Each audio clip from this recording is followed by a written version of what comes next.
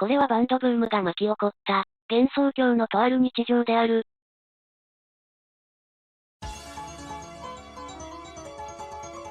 ギターを始めて、1年経つけど、最近自己流じゃ、限界感じるのよね。ゆかりチューブで、いい財布チャンネルあったけど、全体的に難度高くて、弾けないなんて言えない。何かお困りのご様子ですね、お嬢様。あら昨夜じゃない。最近ゆかりチューブに新機能が追加されたのをご存知ですか？新機能？はい。チャンネルでお蔵入りの非公開動画が見られるそうです。お嬢様が普段ご覧になってるギターチャンネルで、有益な情報が得られるかもしれません。まあからくりは置いといて。投稿者が非公開にした動画が見られるなんて面白そうね。じゃあ早速あのチャンネルの。なんで私がギターで詰まってるってわかったのかしら？それはお嬢様が最近ギターが伸び悩んでいると、お顔に書いてあるからでございます。